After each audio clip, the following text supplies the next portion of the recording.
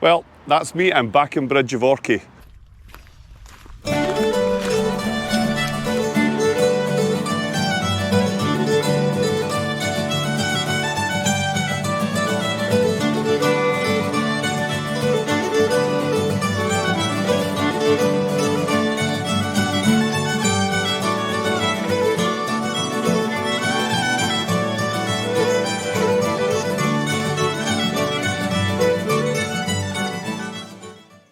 So welcome back to the channel. Yeah, this is a wee impromptu trip up because some new kit arrived that I want to let you see.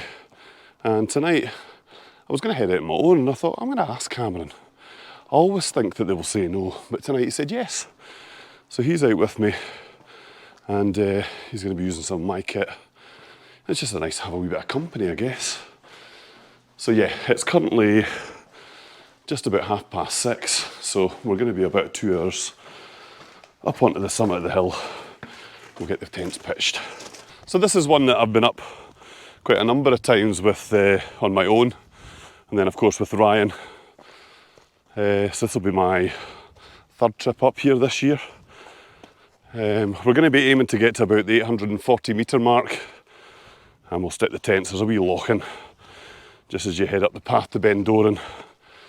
And yeah, it should offer us good views down towards Loch Tulla and down towards the Black Mounts at the back of Glencoe. So yeah, as long as that cloud stays away, it should be a good evening as the sun starts to go down. Although we are chasing their tails a wee bit. We are going to have dinner at the top of the mountain, but the allure of the Real Food Cafe was too much. So we've been in and had a burger and chips. So no cooking on the top of this one. Right. I wasn't carrying on my gear the last time, so I'm going to put the camera away, make a bit of progress up towards the Beelach between Ben and Dothade and Ben Dorain. He's charging off ahead. I'm giving up trying to keep up with him, he's too fast for me. So if you've watched the previous videos of Ben Dorain and Ben Dothade, the Beelach is just in the middle of the picture there, and we're heading up just to the right of these cliffs here, and that's going to be home for tonight. As you'll see from my very sweaty face, it's warm. I mean, it's always warm when you climb. But there's hardly a breath of wind. There was certainly more of a breeze down the bottom of the hill, and I think just with us being in the bowl here before climbing up onto the Beelach between, yeah, it certainly stopped the wind. I'm keeping on the move because every time I stop, absolute clouds of midges. So I'm hoping we'll get a breeze on the top and that'll keep them at bay, and we should have a good evening up on the top of this one. Right, steady 150 beats a minute on the heart rate.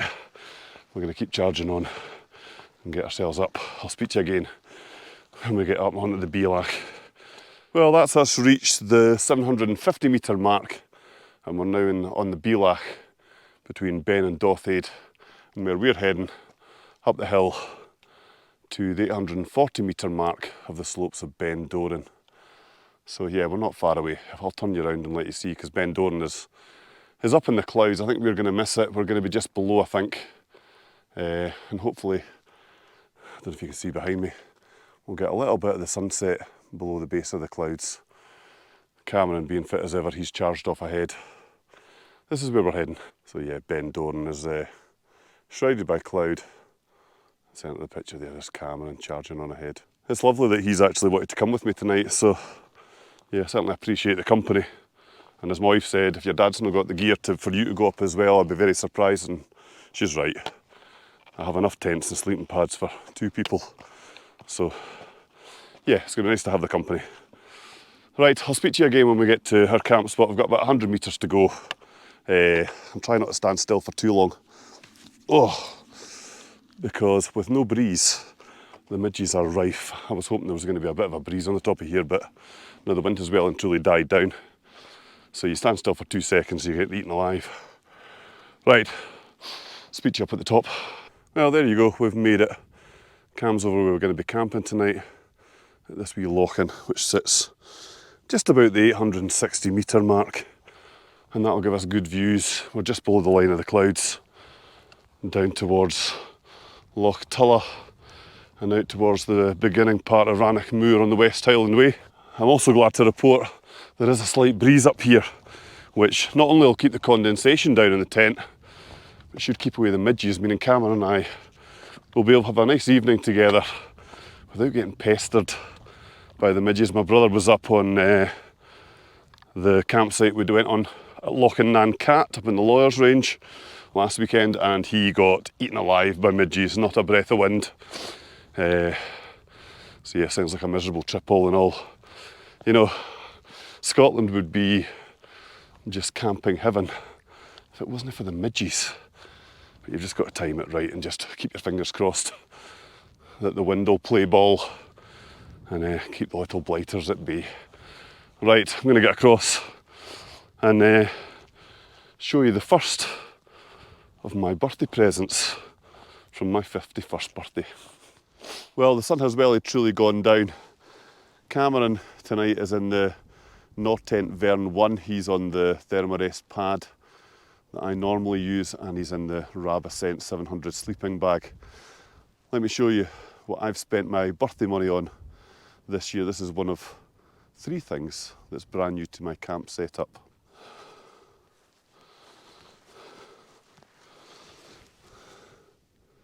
So yeah, I have joined the Durston crew, and tonight I'm in the X-Mid 1, and yeah, from this end it does look a bit, I think Matt Armstrong would describe it as cattywampus. It looks a bit squint, but it's because of the geometry of the tent. And yeah, I'm going to be snug in here tonight. So yeah, this is a trekking pole tent for those of you who don't already know it, and this is the 2025 iteration of it. I have gone with the ground sheet as well, but massive vestibules on this thing. And yeah, I've got it scooched down to the ground so that it's going to be wind stable tonight. But yeah, I'm quite happy with this at the minute. The wind isn't crazy at the minute, and yeah, that's probably helping. Something else I've been given, Cameron bought this for me. I've got myself a little table for putting all my pots and pans and things on, which is quite cool. I can't remember the make of that, but yes, the pièce de résistance. Let me open the tent and let you see the other thing that I have coveted for quite some time now. So yes, I'm back in the Zen Bivy light bed. I have my favourite Thermarest compressible pillow, but this underneath, would you look at the thickness of that? So tonight I may well have found the perfect sleep setup. Thermarest compressible pillow, the Zen Bivy light bed on top of the Thermarest, what's it called? I think it's the NeoLoft air mattress. So yeah, the sun is going down. I know these cameras don't deal very well with the low light conditions, but yeah, it's going to be another cracking night in the mountains. I'm going to turn myself this way because I think the sunlight's better in this direction. And yeah, I'll speak to you again in the morning when we've got a bit more daylight. Night from the top of Ben Dorain.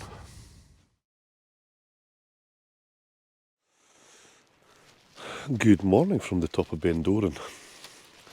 So the rain came on this morning about 1:30, and it's only just gone off now, and it must be about 6:45 at the minute. Just looking out the tent here, we're just sitting below the level of the cloud. Cameron's still sleeping, so I'm talking quietly at the minute. But yeah, the NeoLoft air mattress it's the quietest air mattress I've owned. Comfortable. Oh yes. Paired this up with the Zen Bivy light bed and the Thermarest compressible pillow, and what a night's sleep I've had. It's been brilliant. The Durston tent, it's a little bit noisy in the wind, but it's possible because I've not got it pitched perfectly. It's one of these tents that takes a bit of practice to get a perfect pitch, and again I've just taken ownership of it, so this is only my second time pitching it. Pitched it in the garden before I came up.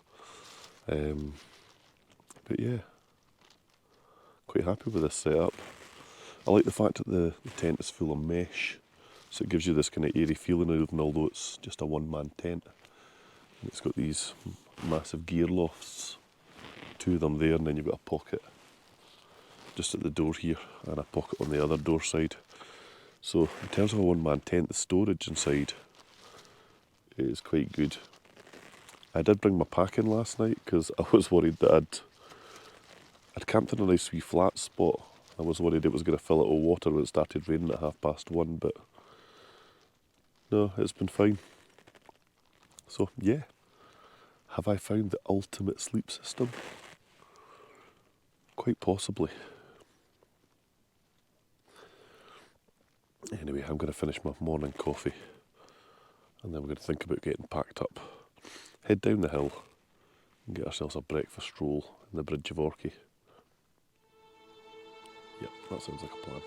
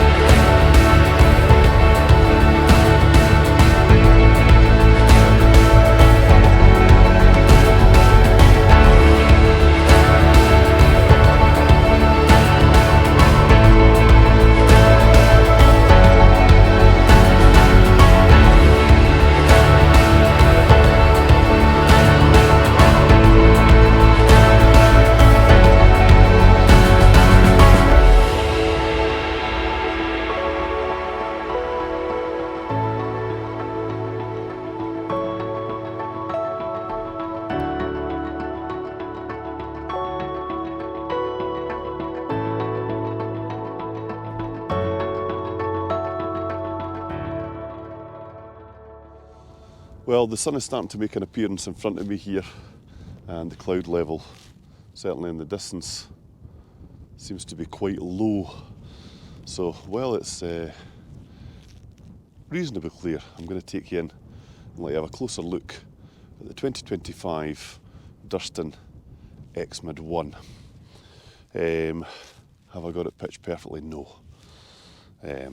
But we'll take you down and let you have a look at it. So you can see this side's flapping a little bit, and now it could be because that side of the ground is just that little bit higher, so it's one of these ones you really need to find quite a level pitch to get it perfect. But yeah, it stood up to the wind and it sheds wind brilliantly. These guy ropes look a bit squint, but they've to follow the ridgeline of the tent. And yeah, we'll take you in and let you have a look at the rest. The vestibule, you've got two, because of the way the geometry of the tent's set up, with it crossing over the base of the tent. You have a door on both sides, which is quite unusual for a one-man tent. And yeah, you've got two vestibules we go inside, up in the roof here, we have a big storage pocket, and you've got another one at that side. On each door, you have your pockets there. Now, something that I quite like, I don't know if you can see on this far side here, at the base of the door, you have these little clips that you can attach together to stop the zip pulling up, which is quite neat. But yeah, this has been a pretty good mountain tent so far.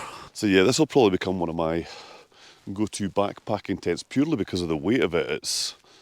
I think it's around about 850 grams when you add in the ground sheet, not including the pegs, of course. And yeah, it packs away to smaller than my sleeping pad. So that's been a wee bit of an advantage, and certainly lightened the weight of my pack. Right, I'm going to go and try and get Cameron to waken up, and we'll see if we can get packed up and start making our way down the hill. Because I don't know about him, but I am very much ready for my breakfast roll. I had a coffee already this morning, some cereal bars, but it's not the same as a rolling black pudding, or as I say to my American friends, a rolling scab. 'Cause that's what it is basically, isn't it? Scab on a roll.